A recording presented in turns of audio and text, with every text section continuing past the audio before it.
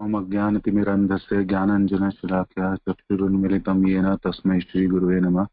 श्रीचैतन्यमनोभीष्टं स्थापितं येन भूतले स्वयं रूपः कदा मह्यं ददाति स्वपदान्तिकम्।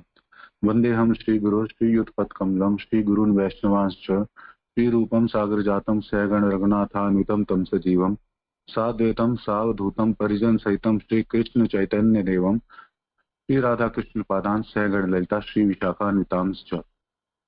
हे कृष्ण करुणा सिंधु दीनबंधु जगतपते गोपेश गोपिकाकांत राधाकांत नमस्तुते।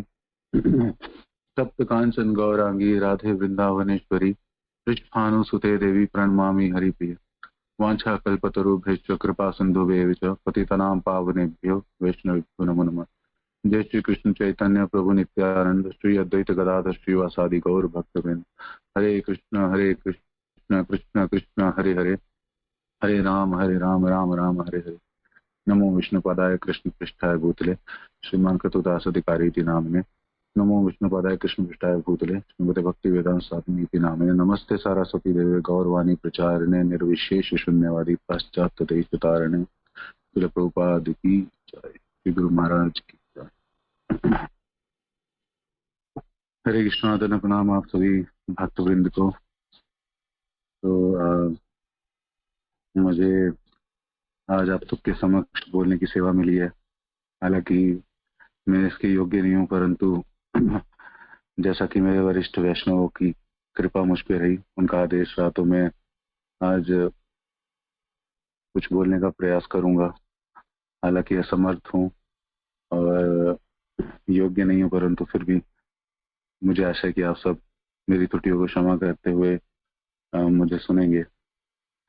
तो सर्वप्रथम तो मैं जितने भी भक्त सुन रहे हैं और उन सबको उनके आने वाले सुंदर आध्यात्मिक जीवन के लिए शुभकामनाएं देना चाहूंगा कि आप सभी इतनी सुंदर परंपरा से जुड़ने वाले हैं।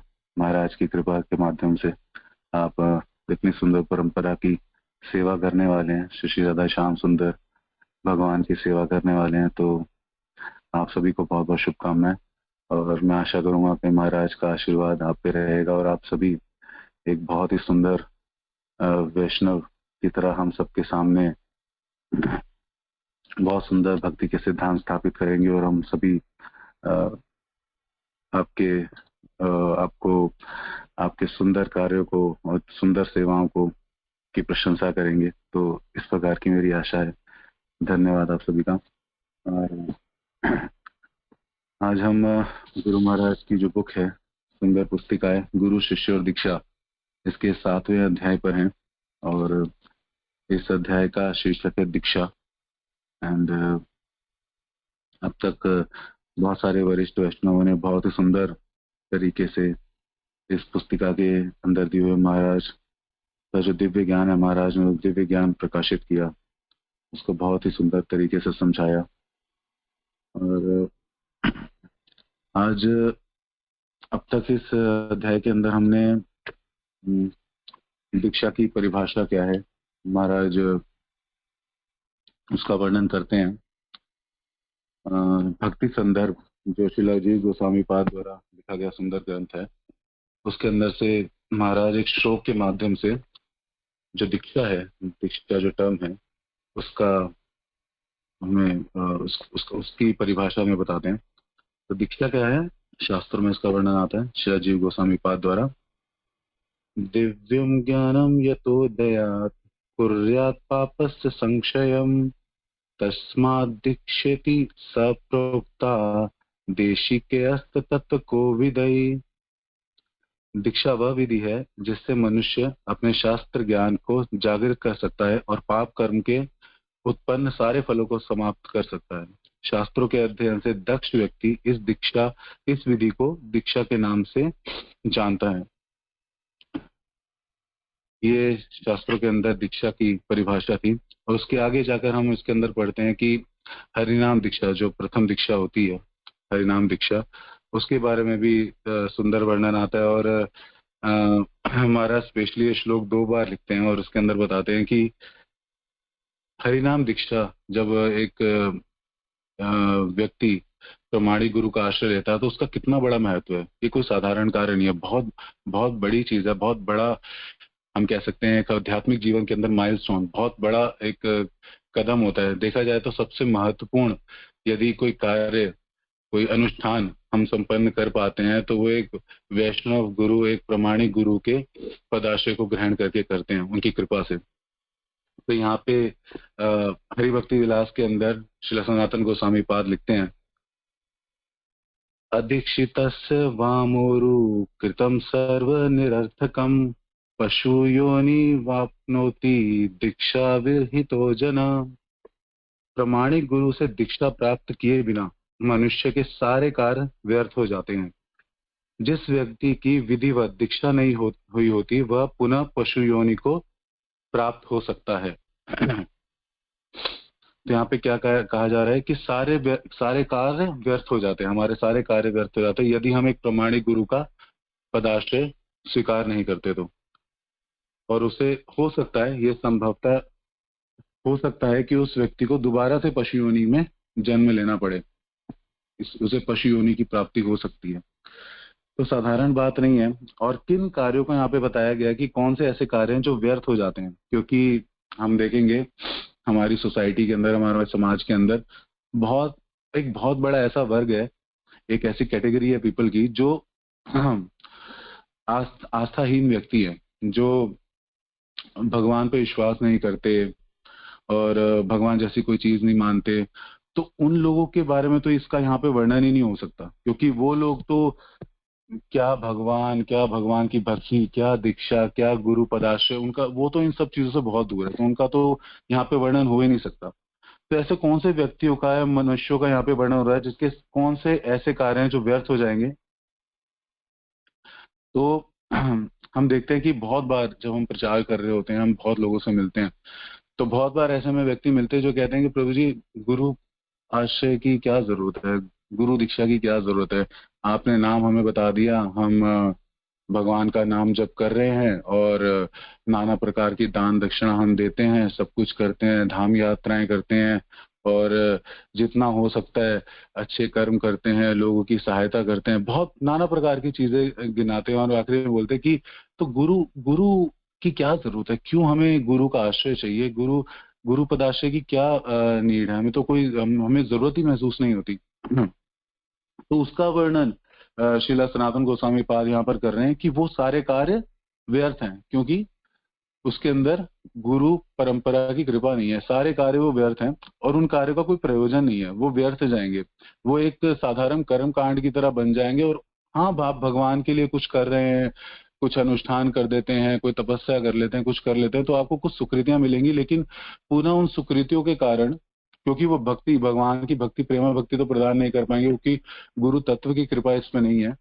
तो ठीक है, कुछ सुकृतियां हमें मिलती हैं और उन सुकृतियों का भोग हम करेंगे, पुण्यों का हम भोग करेंगे, लेकिन परंतु उसके बाद दोबारा हम जन्म मृत्यु जरा व्याधि के चक्र में आएंगे और उसके अंदर संभवतः ये बहुत बड़ी संभावना है इस चीज की कि हम दोबारा पशु योनि में जा सकते हैं, जाएंगे ही जाएंगे, अगर जन्म मृत्यु जरा व्याधि के चक्र में फंस गए और गुरु धारा नहीं करे, एक प्रमाणिक गुरु का आश्रय नहीं लिया, तो ये चीज तो गारंटीड है, हम कभी ना कभी दोबारा उन 84 लाख योनियों का चक्र लगाएंगे और पशुओं की योनियों में जाते हुए भ्रमण करेंगे, भोग करेंगे, सारा कुछ करेंगे।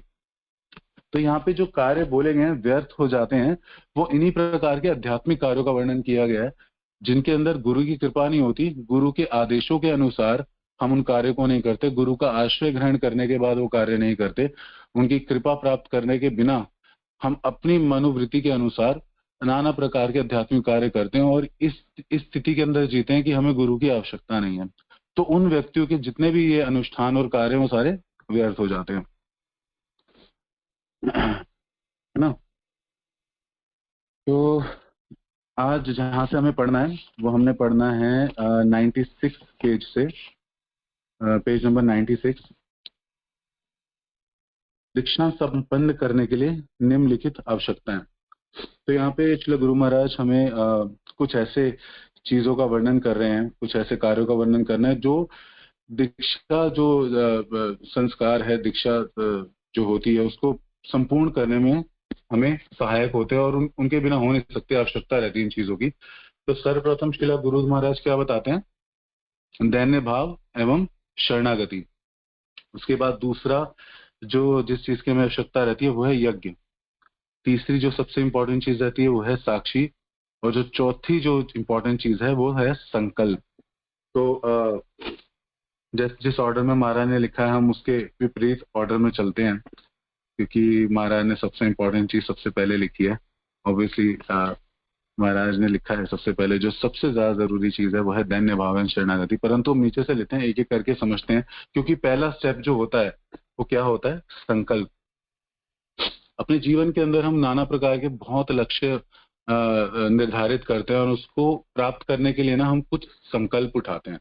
अर्थात संकल्प का हम सरल शब्दों में कह सकते हैं एक दृढ़ निश्चय। किसी भी एक चीज को, एक उद्देश्य को प्राप्त करने के लिए जब हम दृढ़ निश्चयी हो जाते हैं, या हम कुछ नाना प्रकार की तपस्याएं करते हैं, कुछ वचन उठाते हैं, वचनबद्ध हो जाते हैं, तो हम उसे संकल्प बोलते हैं कि मैंने ये संकल्प लिया कि मैं ये कार्य करके रहूंगा।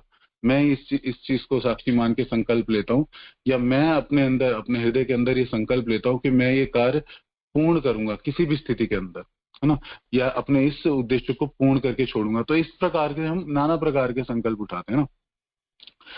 तो आध्यात्मिक जीवन के अंदर भी हमें अपने गंतव्य को प्राप्त करने के लिए संकल्प उठाना पड़ता है ना। तो संकल्प भी दो प्रकार के होते हैं, एक भौतिक स्तर पे और एक आध्यात्मिक स्तर पर। तो भौतिक स्तर के संकल्प तो भूल ही जाओ, जो उनका तो कोई, वो निरर्थक होते हैं, उनका कोई अर्थ नहीं होता। हम देखते हैं बहुत सारे लोग अपने जीवन में नाना प्रकार के संकल्प लिए रहते हैं कि मुझे ये करना है अपने जीवन में, ऐसे करना है अपने जीवन में, वो करना है। तो उनका कोई अस्तित्व नहीं है। वो तो उनके मृत्यु के साथ सारे संकल्प, सारे अनुष्ठान जो भी वो लेके बैठे अपने हृदय के अंदर, वो सब खत्म हो जाते हैं उनके भौतिक शरीर के खत्म होने के साथ ही। तो हम आध्यात्मिक संकल्पों का यहाँ पे थोड़ी सी चर्चा करेंगे। तो आध्यात्मिक संकल्पों के अंदर भी ना दो प्रकार के संकल्प होते हैं। तो पहला संकल्प होता है जिसका आधार कर्मकांड होता है, कर्मकांड के ऊपर आधारित होता है। और दूसरा जो संकल्प होते हैं वो आध्यात्मिक उन्नति के लिए होते हैं, जिसके अंदर हम कह सकते हैं कि भगवान के प्रति आकर्षण, भगवान के प्रति प्रेम हमारा दृढ़ होता है, तो आध्यात्मिक उन्नति होती है। तो कर्मकांड किस प्रकार से होते हैं? छोटा सा एग्जांपल लेते हैं। जैसे मैं अपना एग्जांपल लेता हूँ। मैंने बहुत बार ऐसा देखा है कि हम जब ब्रज में जाते हैं और श्री गोवर्धन पर्वत की जब हम गोवर्धन महाराज की परिक्रमा कर रहे होते हैं, तो बहुत प्रकार के लोग मिलते हैं जो साथ में चल रहे होते हैं, बातें कर रहे होते हैं। उनमें से बहुत प्रकार के लोग अपनी मनोवृत्ति व्यक्त करते हैं कि क्यों वो यहाँ पर आए, क्या उनका प्रयोजन है। और जब हम उन्हें कई बार बताने की कोशिश करते हैं तो वो हमें सारा कुछ बताते हैं कि मैं तो यहाँ पर इसलिए आया हूँ कि मैंने एक बार मन्नत मांगी थी कि मेरी बेटी की शादी हो जाएगी तो मैं परिक्रमा करूंगा गिरिराज महाराज की आके। कोई आके कहता है कि मेरा पुत्र होगा तो मैं गिरिराज महाराज की परिक्रमा करूंगा। कोई कहता है कि मेरा घर बन जाएगा तो मैं गिरिराज महाराज की परिक्रमा करूंगा। और इवन यमुना मैया का जब हम स्नान कर रहे होते हैं ब्रज के अंदर, वृंदावन में जब हम यमुना मैया में स्नान कर रहे होते हैं यमुना जी में, तो भी वहां पे बहुत प्रकार के लोग मिलते हैं। आप देखेंगे कोई भी ऐसा उत्सव आता है जैसे गुरु पूर्णिमा या कोई भी ऐसा, बहुत रश होता है ब्रज के अंदर, बहुत रश होता है और बहुत लोग नाना प्रकार के अनुष्ठान और बहुत कुछ कर रहे होते हैं। तो संकल्प वो लेते हैं, वो एक उद्देश्य उनके जीवन में होता है कि ये चीज अगर पूर्ण हो गई और मुझे इस चीज को पूर्ण करके रहना है, और जब ये चीज पूर्ण होगी तो मैं ऐसा करूंगा, भगवान को ये चीज दूंगा, या मैं भगवान की प्रसन्नता के लिए करूंगा अगर मेरा ये कार्य हो जाएगा। तो ये कर्म कांड के अंदर इनका आधार कर्म कांड होता है। और इसका खंडन शिला सुखदेव गोस्वामी बहुत भागवतम के अंदर शुरुआत में ही कर देते हैं। वन को बहुत ही प्रसिद्ध श्लोक है, हम सभी जानते हैं। श्रीमद् भागवतम के अंदर 1.2.8 है, धर्म स्वनिष्ठितम पुंसा विश्वक्सेन कथासु या नोत्पादये यदि रतिम श्रम एव हि केवलम। श्री सुखदेव गोस्वामी पाद क्या बता रहे हैं? मनुष्य द्वारा अपने पद के अनुसार संपन्न की गई वृत्तियां यदि भगवान के संदेश के प्रति आकर्षण उत्पन्न ना कर सके तो वे निरी व्यर्थ का श्रम है।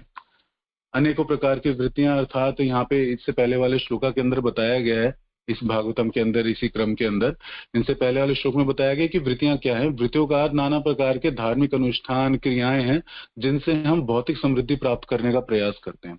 तो वो क्या बता रहे हैं श्रील रूप गोस्वामी पाद कि ये सब व्यर्थ के कार्य है, ये श्रम एवं ही केवलम है। आप अपवर्गस्य वाला श्लोक है, इसके आगे एक बहुत सुंदर डिस्क्रिप्शन देता है कि किस प्रकार से एक मनुष्य की पवर्ग के अंदर डिस्क्रिप्शन आता है कि क्या उसकी स्थिति हो जाती है। बस बार बार धर्म के आधार पर अर्थ का इच्छा रखना और अर्थ की कामना करना, तो वो किस प्रकार से एकदम व्यर्थ का कार्य है। क्योंकि वास्तविक वृत्तियों का वास्तविक प्रयोजन क्या है, धर्म का वास्तविक प्रयोजन क्या है कि हम कृष्ण के प्रति आसक्त हो, कृष्ण प्रेम हमें प्राप्त हो। ये वास्तविक प्रयोजन है धर्म का, जिसका आगे के श्लोकों में वर्णन आता है भागवतम में।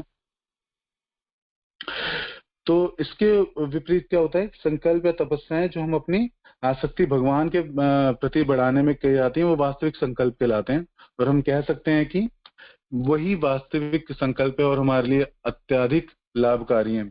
उसके अलावा कोई भी संकल्प निरर्थक है, उनका कोई फायदा नहीं है। एक बार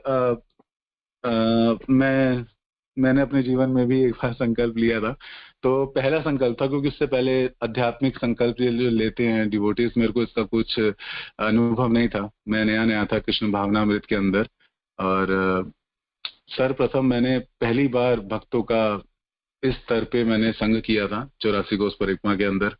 तो 84 कोस परिक्रमा में जब हम शुरुआत करते हैं तो सर्वप्रथम पहले दिन हम मथुरा जब पहुंचते हैं तो विश्राम घाट के ऊपर, आप में से यदि भक्तों ने करा होगा तो उन्होंने इसका अनुभव किया होगा, वहां पे सभी लोग साथ में मिलके ना यमुना मैया को साक्षी मान के उनका जल हाथ में लेके हम संकल्प करते हैं।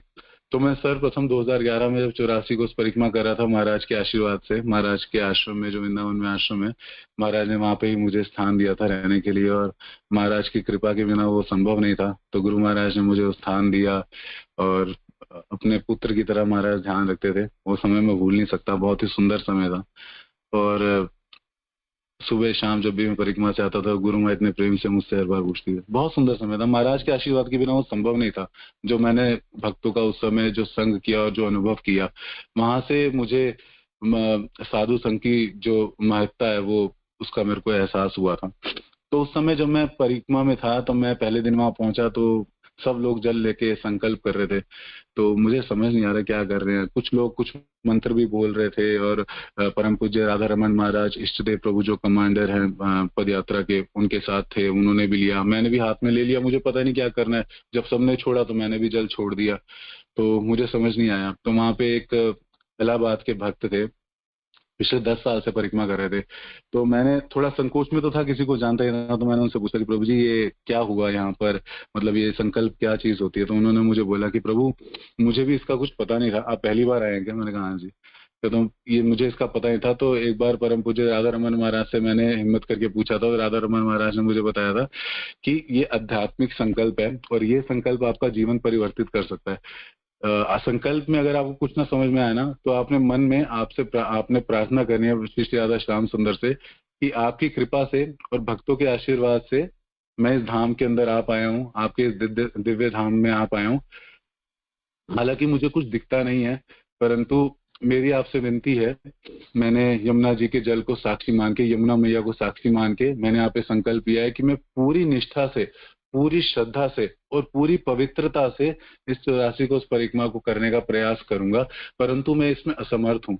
इसमें मुझे आपकी कृपा और भक्तों की कृपा मुझे चाहिए। भक्तों का संग तो मुझे मिल गया, परंतु जब तक मुझे आपकी कृपा नहीं मिलेगी तो मैं ये कर नहीं पाऊंगा। तो मेरी आपसे विनती है कि धाम मेरे सामने उजागर हो पाए, आपकी लीलाओं का श्रवण मैं अच्छे से कर पाऊं, उनको समझ पाऊं, और आपकी सुंदर मनोरम लीलाएं मेरे चित्त में उतर जाएं, ताकि मेरा चित्त हमेशा के लिए ब्रज धाम में रह जाए और मैं हमेशा के लिए जहां भी रहूं, परंतु मेरा चित्त हमेशा ब्रज धाम में लगा रहे। क्या तो जब आप इस प्रकार का आध्यात्मिक उन्नति के लिए, कृष्ण का प्रेम प्राप्त करने के लिए संकल्प करेंगे, तो भगवान इस प्रकार के संकल्प जरूर पूर्ण कर दो और आपकी परिक्रमा बहुत सुंदर हो जाएगी। तो इस तरह का एक संकल्प मुझे याद था। तो दीक्षा के समय पे भी यही होता है। गुरु महाराज, आपको याद होगा, अगर आप में से किसी ने दीक्षा सेरेमनी अटेंड करा है, तो महाराज हमेशा जब दीक्षा देते हैं, माला जब हाथ में देते हैं, तो गुरु महाराज हमेशा पूछते हैं कौन से नियमों का पालन करोगे? तो हम सब बताते हैं, जो 4 नियम होते हैं कि हम इनका पालन करेंगे।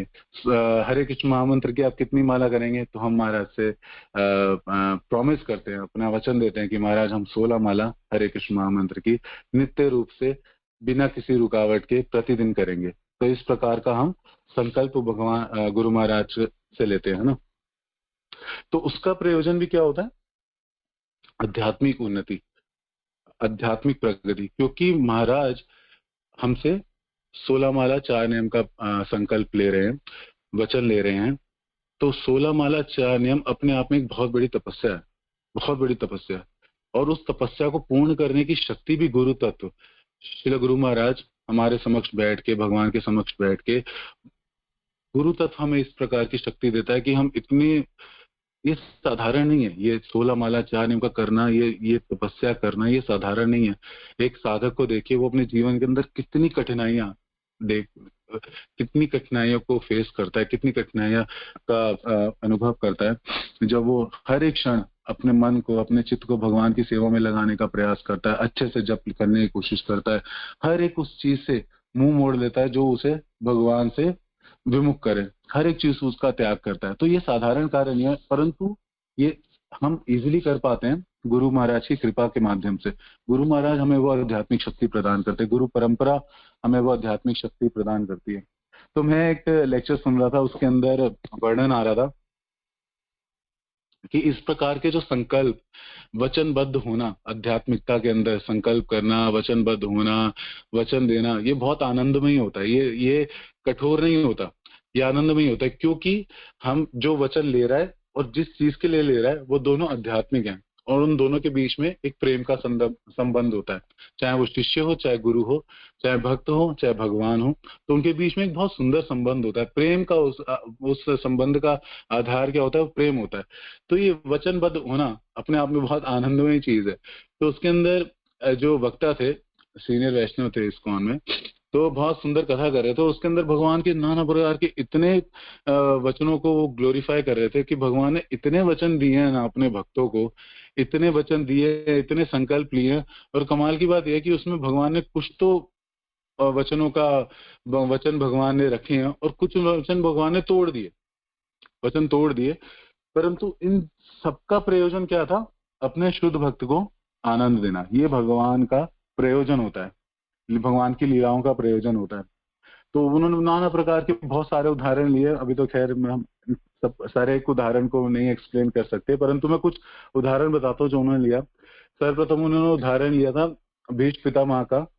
किस प्रकार से भगवान ने वचन लिया कि मैं अस्त्र शस्त्र किसी का भी प्रयोग नहीं करूंगा युद्ध के अंदर, परंतु फिर भी भगवान क्या करते हैं? भगवान मतलब कोई साधारण व्यक्ति नहीं, साक्षात भगवान, जिन्हें अच्युत बोला जाता है, जो अपने पद से कभी नहीं गिरते, जो अपने वचनों से कभी पीछे नहीं हटते, वो भगवान वचन तोड़ देते हैं अपने शुद्ध भक्त की रक्षा करने के लिए, अपने मित्र की रक्षा करने के लिए, है ना। तो भीष्म पितामह उनके इस गुण को ग्लोरीफाई करते हैं कि भगवान अपने वचनों का भी मान नहीं रखते। अपने शब्द को कोई भी बोल सकता है ना, कैसा भगवान है, ये तो अपने वचनों पे भी नहीं टिकता, है ना। क्या बोला कुछ और था, कर कुछ और दिया। तो भगवान अपने वचनों से भी हट जाते हैं अपने भक्तों को आनंद देने के लिए। तो भगवान ने वहां पे दोनों भक्तों को अपने आनंद दिया। भीष्म पितामह भगवान के शुद्ध भक्त हैं, अर्जुन भी भगवान से साक्ष्य रूप में भगवान के साथ संबंधित है और भगवान के शुद्ध भक्त हैं। यहाँ पे उन्होंने अर्जुन की रक्षा कर अर्जुन को आनंद दिया। और जिस स्वरूप की इच्छा, जिस स्वरूप के दर्शन की इच्छा भीष्म पितामह के हृदय में थी कि भगवान अपने भक्त के लिए किस हद तक जा सकते हैं, उस रूप के भी दर्शन भीष्म पितामह को दिए और उन्हें भी तुष्ट किया। तो इस प्रकार से बहुत सारे उदाहरण, द्रौपदी की रक्षा और खेवट की, भगवान हम किस प्रकार से खेवट को वचन देते हैं। और सबसे प्रसिद्ध वचन जो भगवान ने पूर्ण करके भी नहीं किया, वो है जो जितने भी ब्रजवासी थे, गोपियां थे, उनको ये वचन देना कि मैं लौट कर जरूर आऊंगा, मगर भगवान लौट कर नहीं आते। तो ये वाला वचन भगवान हम देखते हैं कि बहुत प्रसिद्ध है, और भगवान ने इसका मान रखते हुए भी, मतलब भगवान ने वचन रखते हुए भी, भगवान के शुद्ध भक्त जानते हैं कि उन्होंने कभी ब्रज छोड़ा नहीं, गोपियों को कभी छोड़ा नहीं और ब्रजवासियों को कभी छोड़ा नहीं। परंतु एक भौतिक दृष्टि से देखा जाए या एक औपचारिक तौर पे देखा जाए भगवान ने उस वचन को पूरा नहीं किया, परंतु इसके पीछे क्या प्रयोजन था?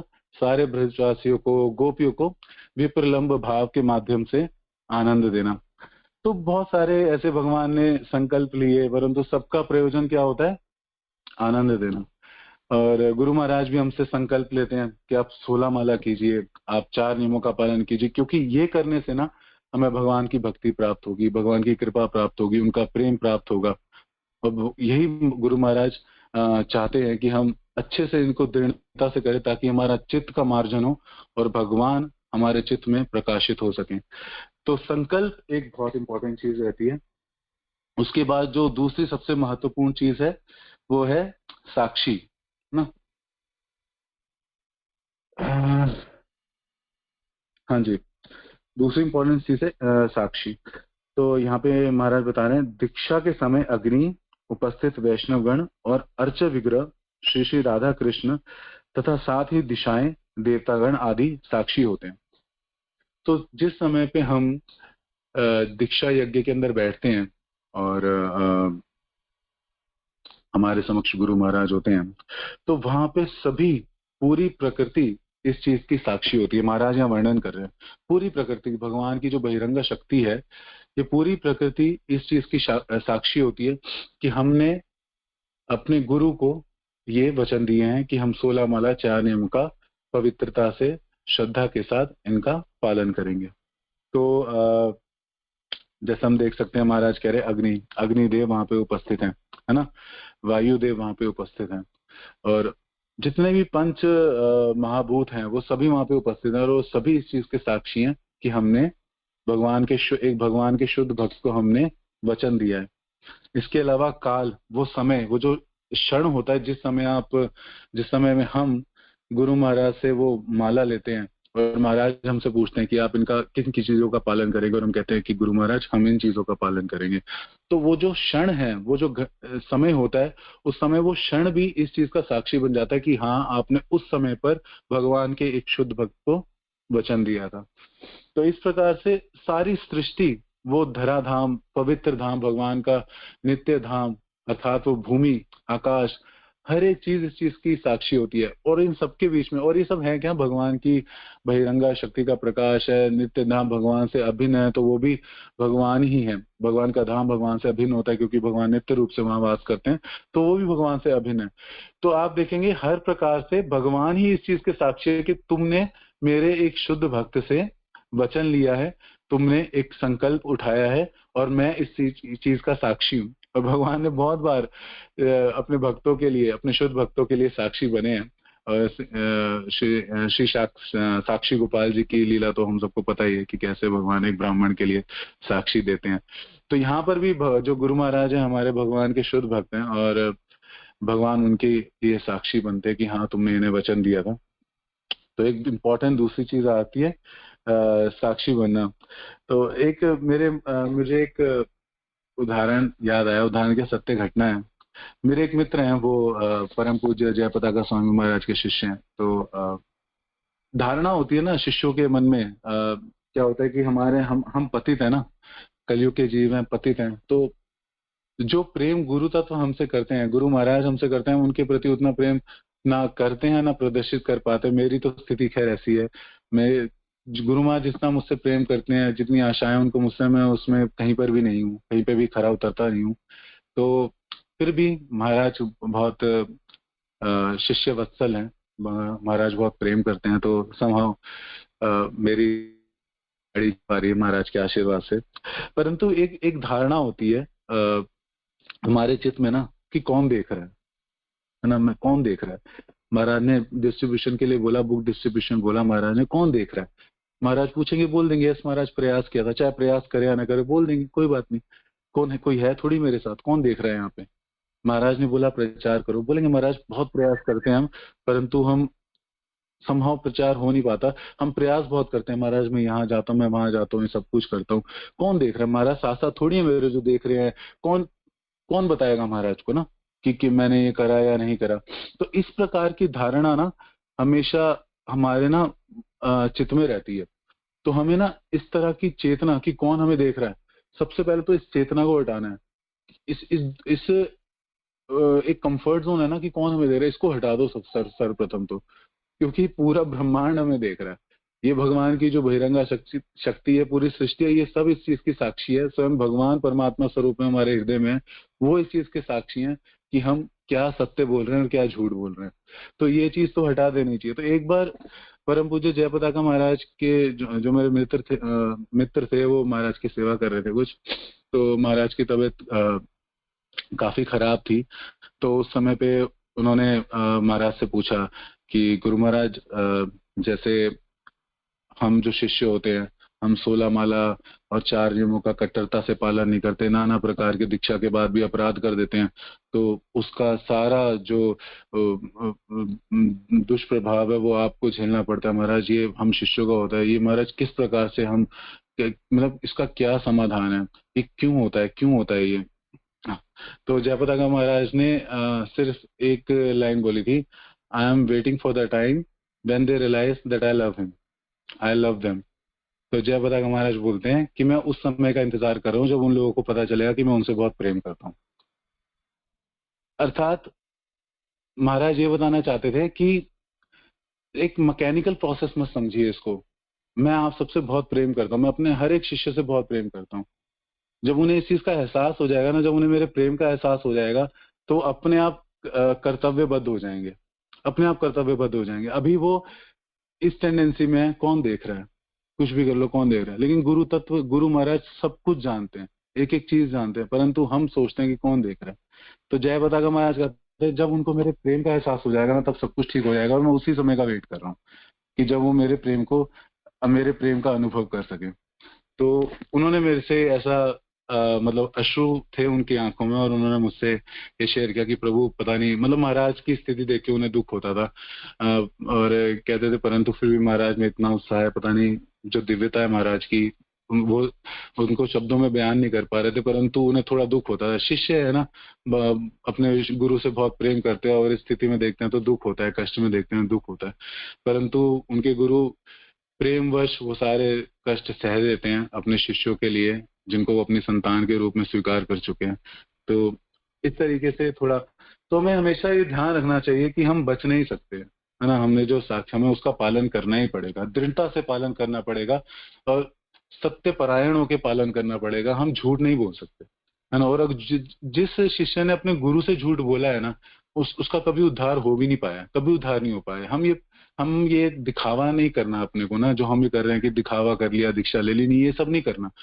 कृष्ण प्रेम प्राप्त करना चाहते हैं ना, तो गुरु की कृपा के बिना असंभव है, हो ही नहीं सकता। और गुरु की कृपा सत्य परायण होके, कर्तव्यबद्ध होके, पूर्ण शरणागति के माध्यम से ही हो सकती है। तो हमें गुरु की अगर सेवा करनी है, तो हमें इस चेतना को छोड़ना होगा, कौन देख रहा है, नहीं, जो हमारी स्थिति है वो गुरु, अपने गुरु महाराज से हमें तरीके से और पूरे सत्य तरीके से उनके साथ डिस्कस करना चाहिए कि ये हमारी स्थिति, हमारे संभव नहीं हो पा रहा है, या जो आपकी हमें जो इंस्ट्रक्शंस मिल रही हैं, हम उसको ठीक से, उपदेश जो आप हमें दे रहे हैं करने के लिए, जो हमें आदेश दे रहे हैं, वो हम कर नहीं पा रहे हैं महाराज, हम किस प्रकार से करें। झूठ का सहारा नहीं लेना चाहिए।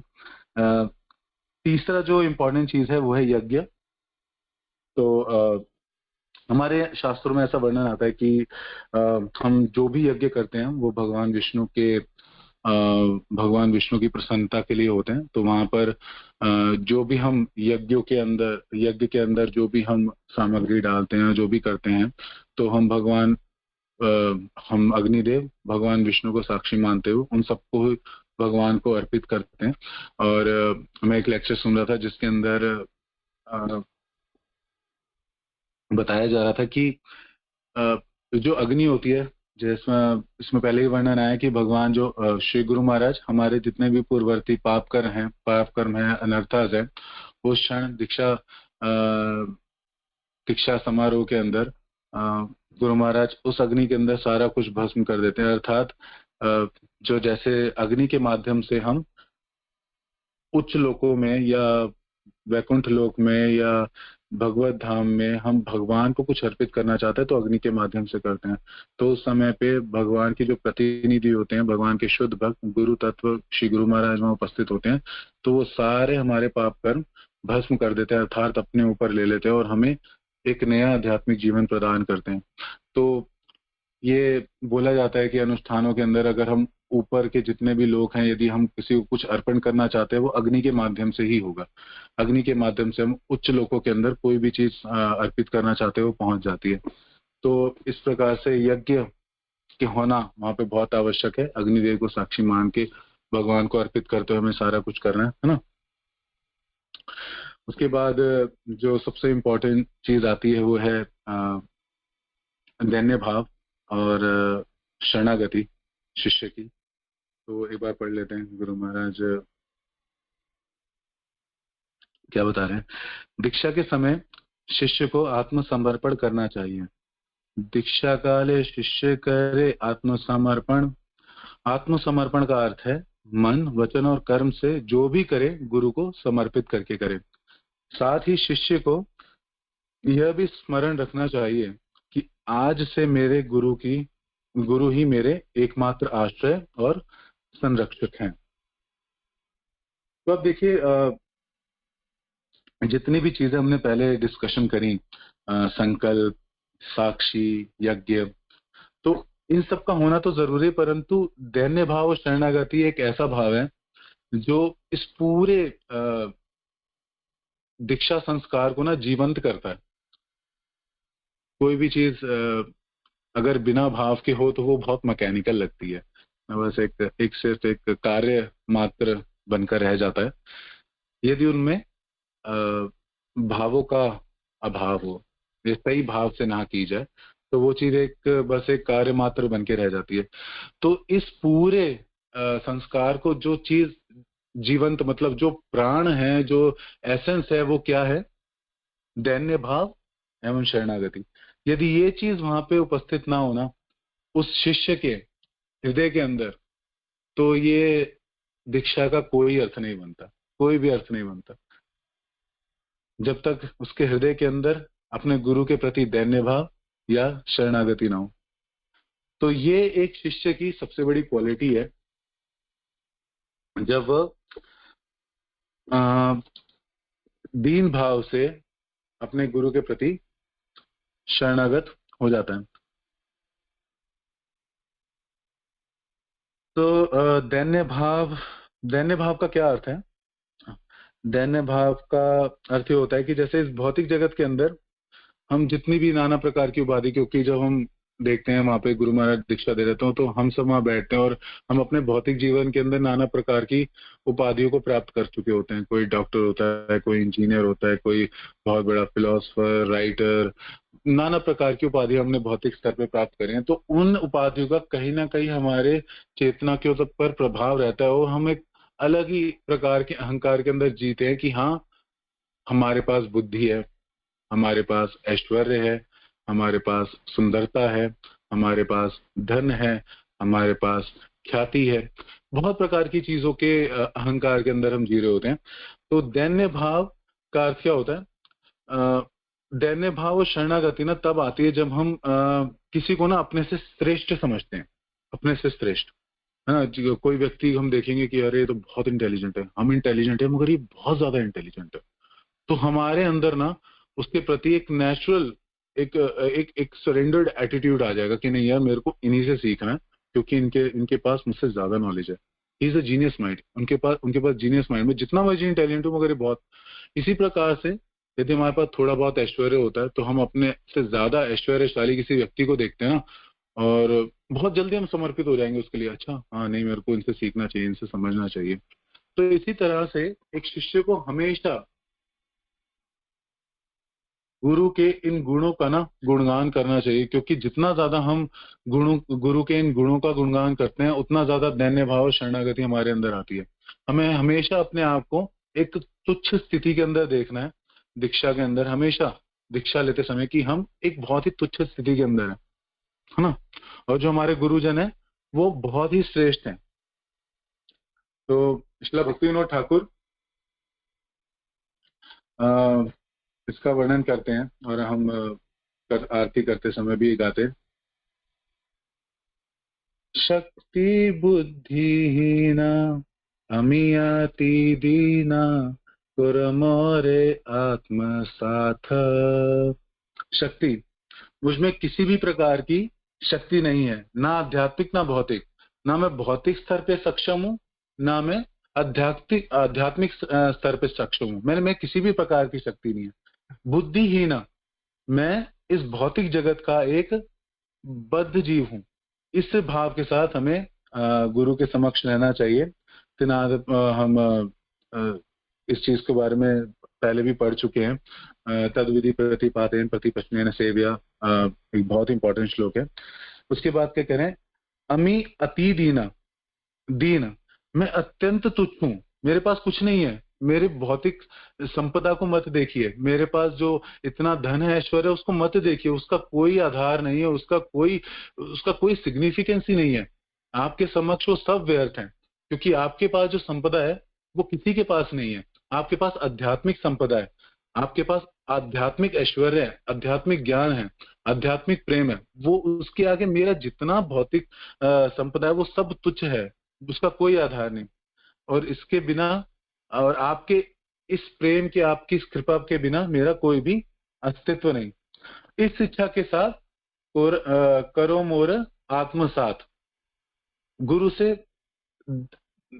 नित्य रूप से प्रार्थना करनी चाहिए अपने गुरु से कि हमें आपका संग, आपकी कृपा हमें हमेशा मिलती रहे। उसके लिए हमेशा ललायत रहना चाहिए। इन सब चीजों को छोड़ के, अपनी भौतिक शक्ति, अपनी भौतिक बद्ध बुद्धि, इन सबको त्याग कर हमें गुरु के प्रति ये भाव रखना चाहिए, मुझे किसी भी प्रकार से आपका संग मिले, आपकी कृपा मिले, आपका प्रेम मिले, आपकी सेवा मिले। इस प्रकार का भाव हमारा रहना चाहिए, है ना।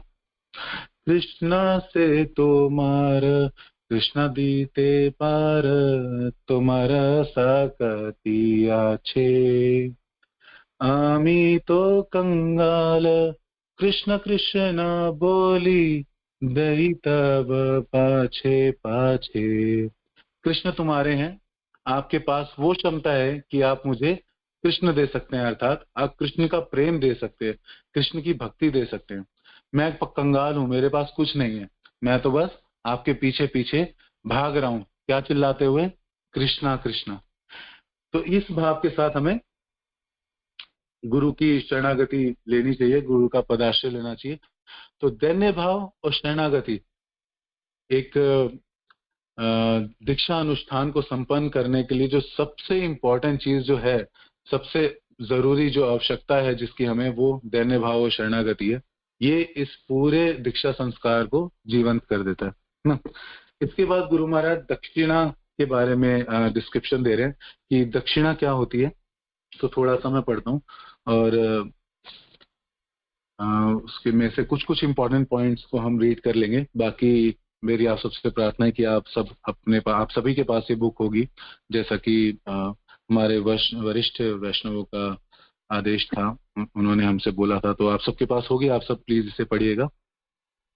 दक्षिणा के बारे में महाराज बता रहे हैं, गुरु जो दिव्य ज्ञान देते हैं उनका शरण शिष्य किसी भी प्रकार से नहीं चुका सकता है, परंतु शिष्य यथाशक्ति उन्हें जो कुछ उपहार स्वरूप भेंट करता है उसे दक्षिणा कहते हैं। जैसे कुछ धनराशि, अपना जीवन उनकी सेवा में समर्पित करना आदि। सबसे उत्तम दक्षिणा, गुरु महाराज यहाँ बता रहे हैं कि सबसे उत्तम दक्षिणा क्या होती है। सबसे उत्तम दक्षिणा है दक्षिणा ज्ञान संदेश, अपने गुरु से प्राप्त ज्ञान का प्रचार करना, अर्थात कृष्ण कृष्ण भावनामृत का प्रचार करना, क्योंकि हमारे गुरु हमेशा हमें कृष्ण भावनामृत के बारे में ही ज्ञान प्रदान कर रहे हैं। यह गुरु को सर्वाधिक सुख प्रदान करता है। हरि भक्ति विलास का कथन है, भावी शिष्यों को अपने आध्यात्मिक गुरु को सर्वोच्च भगवान के समान ही मानना चाहिए, उसे उनकी आज्ञा माननी चाहिए और उनकी प्रदक्षिणा करनी चाहिए। फिर उसे अपने संपूर्ण धन का आधा, चौथाई या 10वां भाग अपने आध्यात्मिक गुरु को दक्षिणा के रूप में अर्पित करना चाहिए। अंत में उसे स्वयं को भगवान की सेवा में समर्पण करना चाहिए। यह वास्तव में सभी सच्चे शिष्यों का कर्तव्य है कि अपने आध्यात्मिक गुरु को अपने शुद्ध हृदय से, अपनी संपत्ति से, और हो सके तो अपना जीवन समर्पित करके उनके ऋण को चुकाना चाहिए। तो क्या ये ऋण उतर सकता है? सोचने वाली बात है। यहाँ पे महाराज बता रहे कि ऋण उतारना चाहिए, परंतु क्या ये ऋण उतर सकता है? ये ऋण ऐसा ऋण है जो किसी भी स्थिति में नहीं उतर सकता। किसी भी स्थिति में हम कुछ भी कर लें, हम ये ऋण नहीं उतार सकते। इस ऋण को उतार पाना असंभव सा है। क्यों? क्योंकि जो चीज जिस चीज की प्यास हमें है ना, जिस आनंद की प्यास हमें है, वो गुरु के पास है। कृष्ण प्रेम, कृष्ण सेवा, इनसे जो तुष्टि होगी ना, उस तुष्टि के लिए हम अनंत कोटि जन्मों से, अनंत योनियों के अंदर उस तुष्टि के लिए भ्रमण करते आ रहे, परंतु हम तुष्ट हो नहीं पाए। जरा मृत्यु जन्म मृत्यु जरा व्याधि के चक्र को काटना, हमारे सारे अनर्थों का शमन करना, हमारे सारे पूर्ववर्ती पाप कर्म है उनका दमन कर देना, और हमें इतनी सुंदर परंपरा से जोड़ देना, और हमें इतना प्रेम देना, कृष्ण प्रेम प्रदान करना। क्या क्या नहीं करते गुरु तत्व हमारे लिए, गुरु महाराज हमारे। तो किस प्रकार से हम ये सोच सकते हैं कि हम उनका ये ऋण उतार देंगे? हम किसी भी स्थिति में रहकर कुछ भी करके उनका ये ऋण नहीं उतार सकते।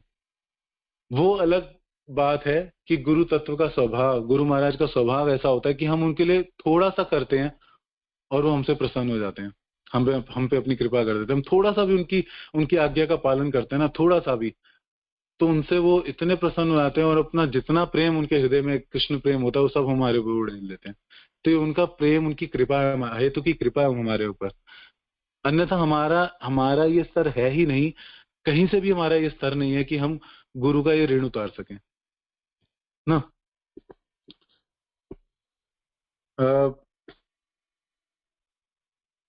भगवत गीता के अंदर श्लोक आता है, बहुत ही प्रसिद्ध श्लोक है, तो उसको एक बार श्लोक को हम पढ़ लेते हैं, और उसका तात्पर्य श्रील प्रभुपाद जो बता रहे हैं उसको भी पढ़ लेते हैं, तो हमें थोड़ा सा इसका एहसास होगा कि ये भगवान कृष्ण को कितना कितना कितना आनंद मिलता है, गुरु को कितना आनंद मिलता है जब हम उनके द्वारा बताए गए भगवत ज्ञान को दोहराते हैं।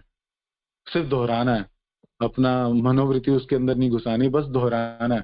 सिर्फ जो गुरुजन हमें बता रहे हैं, जो भगवान इस परंपरा के माध्यम से हम तक पहुंचा रहे हैं, यदि हम उसको सिर्फ रिपीट भी करते हैं तो कितना आनंद में भगवान हमारे ऊपर सारी कृपा करते हैं। य इदं परमं गुह्यं मद्भक्तेषु अभिधास्यति, भक्तिमयी परम कृत्वा मामेम एष्यति असंशया। जो व्यक्ति भक्तों को यह परम रहस्य बताता है, वह शुद्ध भक्ति को प्राप्त करेगा और अंत में वह मेरे धाम वापस आएगा। भगवान श्री कृष्ण यहाँ पे घोषणा कर रहे हैं 18वें अध्याय के अंदर। तात्पर्य में श्रील प्रभुपाद क्या बता रहे हैं? सामान्यतः यह उपदेश दिया जाता है कि केवल भक्तों के बीच में भगवत गीता की विशेषणा की जाए, क्योंकि जो लोग भक्त नहीं है वे ना तो कृष्ण को समझेंगे ना ही भगवत गीता को। जो लोग कृष्ण को तथा भगवत गीता को के यथारूप को स्वीकार नहीं करते, उन्हें मन माने ढंग से भगवत गीता की व्याख्या करने का प्रयत्न करने का अपराध मोल नहीं लेना चाहिए। भगवत गीता की विशेषणा उन्हीं से की जाए जो कृष्ण को भगवान के रूप में स्वीकार करने के लिए तैयार हों। यह एकमात्र भक्तों का विषय है, दार्शनिक चिंतकों का नहीं। लेकिन जो कोई भी भगवत गीता के यथारूप को प्रस्तुत करने का सच्चे मन से प्रयास करता है, वह भक्ति के कार्यकलापों में प्रगति करता है और शुद्ध भक्ति में जीवन को प्राप्त होता है। ऐसी शुद्ध भक्ति के फलस्वरूप उसका भगवत धाम जाना ध्रुव है। तो यहाँ पे श्रील प्रभुपाद भी इस चीज को कह रहे हैं, मन माने ढंग से नहीं, जैसे गुरु परंपरा आपको सिखा रही है उस प्रकार से जब हम प्रचार करने का प्रयास करते हैं, तो हम अपने गुरु की जो शिक्षाएं हैं उसका मर्म पकड़ लेते हैं। गुरु को इससे ज्यादा तुष्टि किसी चीज में नहीं है। यदि हम भगवत ज्ञान का प्रचार करें तो इससे ज्यादा, सबसे ज्यादा श्री गुरु महाराज प्रसन्न होते हैं। इसके साथ साथ हमें गुरु महाराज को बारंबार कुछ ना कुछ हमें दान भी करना चाहिए, और ये भी हमारा कर्तव्य बनता है, परंतु उसका आधार भी प्रेम होना चाहिए। कोई कर्तव्य बद्धता नहीं होनी चाहिए कि नहीं हमें करना है। हमें महाराज को हमने दीक्षा से पहले क्लासेस सुनी थी, उसमें बोला था कि महाराज को दान देना तो हमें दान देना नहीं, इस प्रकार से नहीं। प्रेमवश, प्रेम के आधार पे रहते हुए हमें गुरु को अपनी यथाशक्ति अनुसार दान पुण्य दान भी करना चाहिए। एक छोटी सी कथा है, ज्यादा समय है नहीं, 6:20 हो गए। तो एक छोटी सी कथा थी, वो मैं जल्दी से बताता हूँ। दक्षिण भारत के अंदर एक बहुत ही शुद्ध भक्त होते हैं, ब्राह्मण भक्त होते हैं, उनका एक आश्रम होता है जिसमें बहुत सारे उनके शिष्य होते हैं। तो हमारा ये वैदिक सभ्यता रही है कि हम जब बच्चे छोटे होते हैं तभी से उनको गुरुकुल के अंदर एक ऋषिगणों की संगति में रहते हुए वो भागवत श्रवण करते हैं, वेदांत सूत्र का ज्ञान प्राप्त करते हैं, वेदों का ज्ञान, उपनिषदों का ज्ञान प्राप्त करते हैं और वहां पे रहते हुए अपने मनुष्य जीवन के प्रयोजन को समझते हैं और उसके आधार पे अपना आगे का जीवन यापन करते हैं, जो भी जिस भी वर्ण आश्रम में वो क्यों ना जाए, परंतु उनका आधार आध्यात्मिकता ही रहती है, हमारे आध्यात्मिक शास्त्रों का प्रयोजन ही रहता है। तो इस प्रकार से एक बहुत शुद्ध ब्राह्मण थे। तो उनके आश्रम के अंदर कुछ बच्चे थे जो भगवत ज्ञान उनसे प्राप्त कर रहे थे, उनसे शिक्षाएं ग्रहण कर रहे थे। तो समय बीतता जाता है, वो बच्चे बड़े होते जाते हैं और एक समय ऐसा आता है जब वो सारे भगवत ज्ञान को अच्छे से समझ लेते हैं, ये शास्त्र विद्या के अंदर निपुण हो जाते हैं और जब उनका समय आता है उस आश्रम को छोड़ने का और अपने अपने वर्ण आश्रम में जाके समाज की सेवा करने का, तो अपने गुरु के समक्ष आते हैं। उसमें से जो जितने भी बच्चे होते हैं उनमें से 2 शिष्य ऐसे होते हैं जो गुरु को बहुत प्रिय होते हैं और बहुत निष्ठावान श्रद्धावान होते हैं। तो उनमें से जो एक शिष्य होता है, वो दोनों शिष्य मित्र भी होते हैं। तो जो एक शिष्य होता है वो बहुत धनवान परिवार से होता है, मतलब उनके जो पिताजी होते हैं वो बहुत धनवान होते हैं, उनके पास बहुत धन होता है। और एक जो दूसरे शिष्य होते हैं उनके, वो एक गरीब ब्राह्मण के पुत्र होते हैं, मतलब इतने गरीब होते हैं कि उनके ब्राह्मण और माता आज भी भीख मांग मांग कर मधुकरी कर करके वो अपना जीवन यापन कर रहे होते हैं। तो यह उनकी स्थिति होती है और ये दोनों ही शिष्य जो होते हैं अपने गुरु के प्रति श्रद्धावान होते हैं। तो जब वो उनके समक्ष आते हैं और उनसे प्रार्थना करते हैं, उनको दंडवत करते हैं और उनका गुणगान करते हैं, उनके गुणों का, शास्त्रों से ही उनके अपने गुरु को उनके गुणों को संबोधित करते हैं, उनका गुणगान करते हैं, अपने गुरु को प्रसन्न करते हैं। उसके बाद जब वो उनसे आज्ञा लेते हैं तो उनसे प्रार्थना करते हैं कि गुरुदेव आपकी कृपा से हमें इतना कुछ मिला, हमें अपने जीवन का प्रयोजन पता चला, सब कुछ मिला। हमारी ये स्थिति नहीं है कि हम आपको कुछ दे सके, परंतु हम पे कृपा करने के लिए आप हमसे कुछ भिक्षा और कुछ दक्षिणा आप हमसे स्वीकार कीजिए। तो उन्होंने कहा ठीक है, मैं आपसे दक्षिणा स्वीकार करूंगा, आप जाइए और कुछ समय बाद मेरे लिए दक्षिणा लेकर आइएगा। तो अब जो धनी व्यक्ति का पुत्र होता है वो बाहर जाता है, उसको तो इस चीज की चिंता ही नहीं होती मेरे को अपने गुरु को क्या देना है, क्योंकि उसके पास तो पहले ही इतनी अपार भौतिक संपदा होती है, उसको तो पहले ही समृद्ध होता है वो भौतिक दृष्टिकोण से। वो तो अपने कुछ समय बाद जब उनको दोबारा अपने गुरु के समक्ष आना होता है दक्षिणा लेके, तो वो तो बड़ा प्रसन्न चित्त के साथ अपने गुरु के समक्ष आता है, क्योंकि उसे पता है वो अपने गुरु के लिए बहुत कुछ लेके आया है। कितनी गौएं दान करने के लिए लेकर आता है, सजा के गौओं को दान करने के लिए लाता है, और भी उनके आश्रम में और भी जितने ऋषि मुनि होते हैं उनके लिए पता नहीं कितना कुछ धन वो लेकर आते हैं, कपड़े वस्त्र सब कुछ लेके आते हैं, और भी आश्रम के अंदर जो चीजें चाहिए होती है उन सभी को, जितनी वो चीजें उसने इतने समय के अंदर देखी जिनकी आवश्यकता है वहां पे, वो सब कुछ लेकर वहां पर आ जाता है। और जो दूसरा जो गरीब ब्राह्मण होता है वो इतने समय के बाद भी कुछ, मात्र मुट्ठी भर भी मुद्राएं उनके पास नहीं होती, वो उनके समक्ष आते हैं अपने गुरु के समक्ष, परंतु जब वो गुरु के समक्ष आ रहे होते हैं उनके हृदय में ना बहुत संकोच होता है। इसके विपरीत जो समृद्ध जो उनका शिष्य होता है उसके चेहरे पे एक अलग प्रकार की मुस्कान होती है जब अपने गुरु के समक्ष आता है। और जब ये गरीब ब्राह्मण जब उनके समक्ष आता है तो एक ग्लानि जैसा भाव उसके हृदय में होता है कि मैं अपने गुरु के लिए कुछ ला नहीं पाया, मेरे गुरु ने मेरे को कितना कुछ दिया, और जब दक्षिणा में उन्होंने मुझसे कुछ मांगा तो मेरे पास मुट्ठी भर भी मुद्राएं नहीं है, मैं क्या अपने गुरु को दूंगा, मेरा जीवन व्यर्थ है। मैं इस ग्लानि के साथ वो अपने गुरु के समक्ष आते और वो अपने गुरु के उनकी जो नेत्र हैं वो सिर्फ अपने गुरु के चरण पे होते हैं, वो ऊपर उठा के देख भी नहीं पा रहे थे, संकोचवश वो उनके दर्शन भी नहीं कर पा रहे, उससे उनके चरणों पे उनके नेत्र होते हैं, वो से उनके चरणों के दर्शन कर रहे होते हैं। और उनके उसके विपरीत जो उनका जो दूसरा शिष्य होता है वो एक सुंदर सी मुस्कान लिए अपने गुरु के समक्ष होता है और वो सारी चीजें प्रस्तुत करता है एक के बाद एक। गुरु महाराज मैं आपके लिए लाया, प्लीज इसे भी स्वीकार करता, श्रद्धा के साथ है, लेकिन सब कुछ मैं ये भी आपके लाया, ये भी आपके लाया, ये भी ऐसे लेके आया।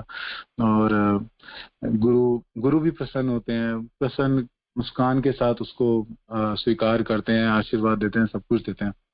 क्योंकि गुरु तो संभाव है, धीर पुरुष हैं, संभाव हैं, साधु हैं, तो उनके लिए तो उनके सारे शिष्य उनके पुत्र समान है और वो सबसे स्नेह करते हैं, सबके शुभ चिंतक है, सबसे प्रेम करते हैं। उसके विपरीत जब उसकी बारी आती है गरीब ब्राह्मण की, तो गरीब ब्राह्मण के सामने कुछ मुद्राएं अपने दोनों हाथों से उनके चरणों में बैठ के उनको समर्पित करते हैं। तो उनके गुरुजन वो कुछ मुद्राएं पकड़ते हैं और जब वो मुद्राएं पकड़ते हैं और उस मुद्राओं को अपने हाथों में देख रहे होते हैं और जैसे जैसे वो उसके दर्शन कर रहे होते हैं उनके गुरु के अश्रुपात होने लग जाता है। तो अपने गुरु को रोते हुए देख उनका भी अश्रुपात होने लगता है। तो वो समझ नहीं पा रहा होता कि मेरे गुरु क्यों रो रहे हैं, क्या मैं उनके लिए कुछ ला नहीं पाया या किस कारणवश मेरे गुरु रो रहे हैं। बस वो रोता देखता है तो उसके ऐसा लगता है कि उसके प्राण निकल रहे हैं, वो उसके भी आंसू निकलने शुरू हो जाते हैं। तो गुरु क्यों रोते हैं उनके, कि वो हर एक मुद्रा के अंदर ना, क्योंकि भगवान के शुद्ध भक्त है ना, दिव्य दृष्टि है उनके पास, वो हर एक मुद्रा के अंदर ना जहां जहां से उसने वो मुद्राएं ली ना, वो हर एक मुद्रा देख पा रहे होते कि एक मुद्रा लेने के लिए कहाँ गया था और इसे ये कहाँ से प्राप्त हुई। तो वो हर एक मुद्रा के अंदर किसी के अंदर देख रहे हैं कि वो पता नहीं किस गांव के अंदर गया, वहां पे किसी व्यापारी से उसने मांगा, उसने उसे धक्का देके फेंक दिया। किसी किसी मुद्रा के अंदर देख रहा है कि इस मुद्रा को प्राप्त करने के लिए उसने पता नहीं कितनी गालियां सही, कितना अपमान सहा। किसी मुद्रा के अंदर उसके गुरुजन कुछ और देख रहे हैं। तो वो हर एक मुद्रा को देख रहे हैं, मुट्ठी भर थी परंतु हर एक मुद्रा को देखते हैं, उस मुद्रा के अंदर वो उस पास टाइम को देख पा रहे हैं कि कैसे कैसे उनके शिष्य ने उसके लिए क्या क्या किया और उस मुद्रा को देखते देखते हुए रो रहे होते हैं। तो बाद में जब वो शिष्यों से कहता है कि गुरुदेव मैं आपके लिए कुछ नहीं कर पाया, मेरा जीवन व्यर्थ है, ऐसे जीवन का कोई अर्थ ही नहीं है जिसमें मैं आपकी सेवा ना कर सकूं। आप इतना आपने मेरे लिए किया, मैं आपको दक्षिणा मात्र तक मैं आपके लिए एकत्रित नहीं कर पाया। आप कृपया कर मुझे क्षमा कर दें, परंतु अपने चरणों का आश्रय मुझसे मत लीजिएगा। मुझ पे आपके आश्रय के बिना मेरा जीवन व्यर्थ है, परंतु मैं प्रयास करूं। इस तरीके से वो विलाप करते हैं और उनके गुरु जो है वो उसमें आनंद ले रहे होते हैं कि मेरे शिष्य ने मेरे लिए इतना कुछ किया। तो इस प्रकार का भाव गुरु के अंदर होता है। गुरु भक्त वत्सल होते हैं, शिष्य वत्सल होते हैं और बहुत प्रेम करते हैं अपने हर एक शिष्य से।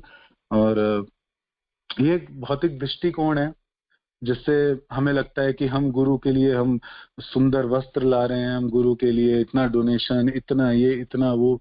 इन सब का आधार प्रेम होना चाहिए, तभी इन चीजों में आनंद है, इस दक्षिणा में आनंद है। ये प्रेम का आदान प्रदान है, ये कोई एक कर्तव्यबद्ध कार्य नहीं है, ये प्रेम का आदान प्रदान है। तो इस प्रकार से हमें गुरु को दान हमेशा देना चाहिए, उन्हें दक्षिणा देना चाहिए, कुछ ना कुछ हमेशा देते रहना चाहिए अपनी यथाशक्ति अनुसार, क्योंकि इससे भी हमारे चित्त का मार्जन होता है। आगे हम पढ़ते हैं तो हमें समझ में आएगा।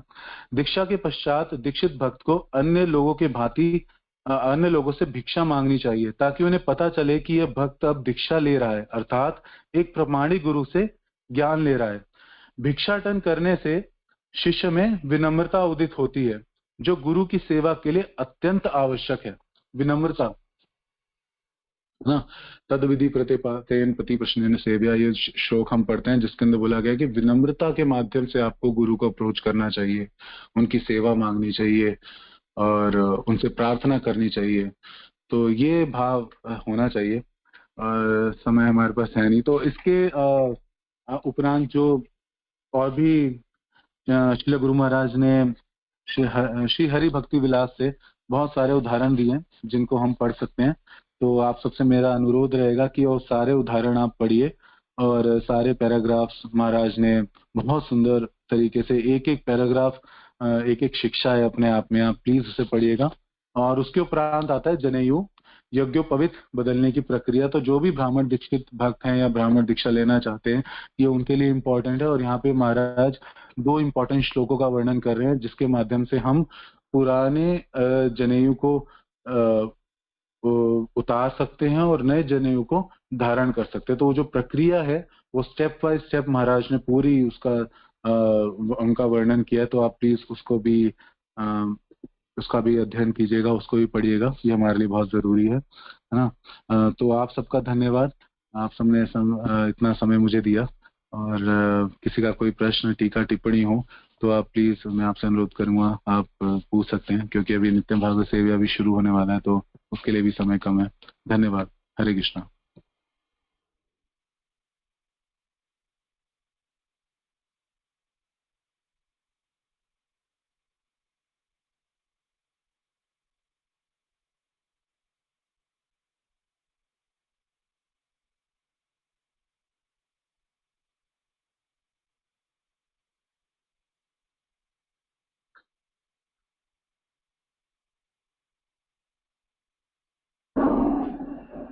हरे कृष्णा प्रभु, दंडवत प्रणाम।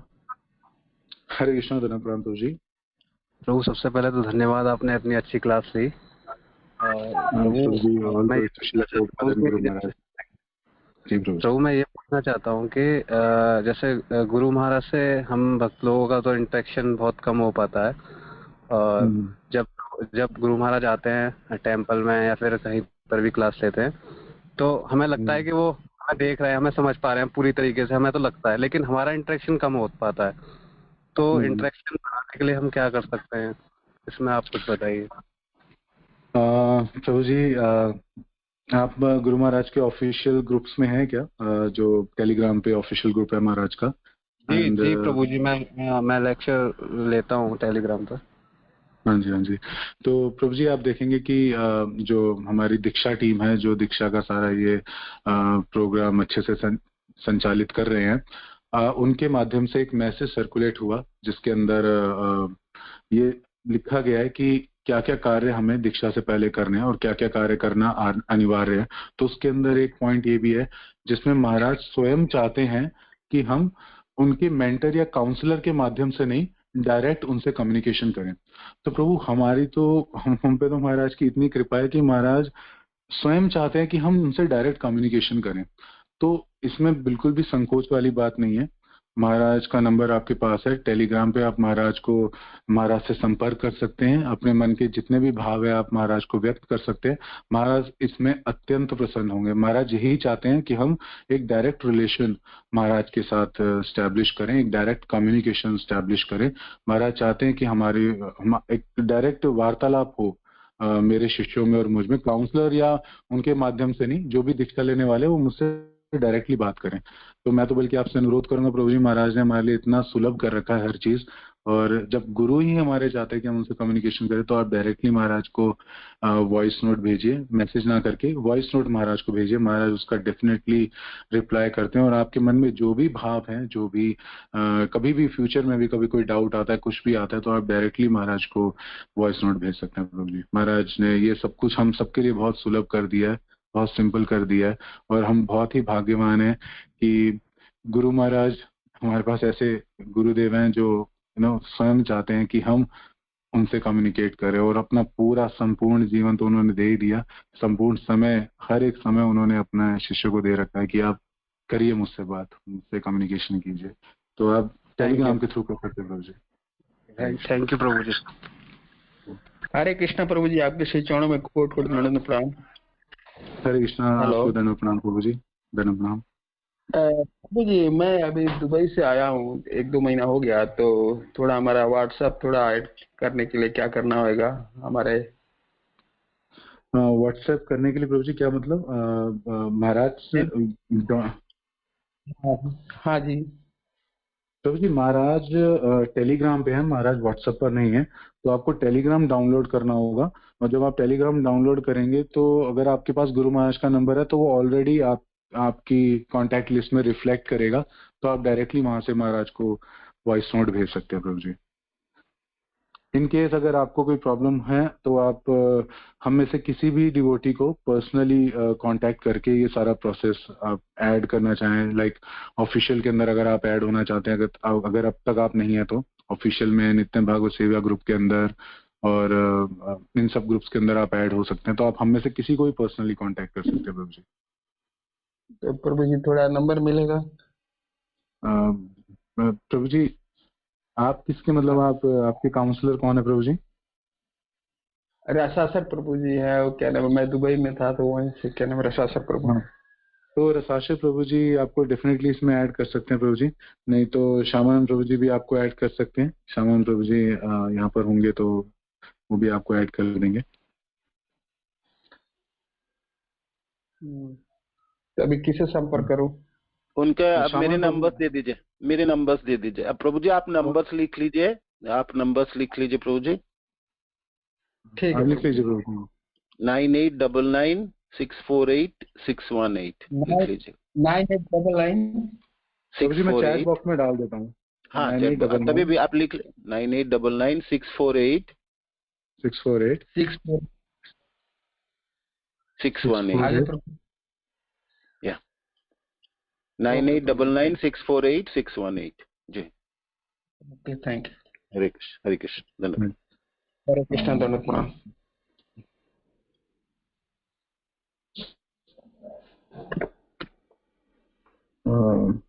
प्रभु जी अगर किसी कोई प्रश्न नहीं है आप समाप्त कर सकते please. Thank you so much प्रभु जी। वांछा पतितनां पावनेभ्यो वैष्णवेभ्यो नमो नमः। श्रील प्रभुपाद की जय, श्री गुरु महाराज की जय। थैंक यू विद्वांसी प्रभु जी की। थैंक यू प्रभु। हरि बोल, हरे कृष्णा, हरे बोल, हरे कृष्णा।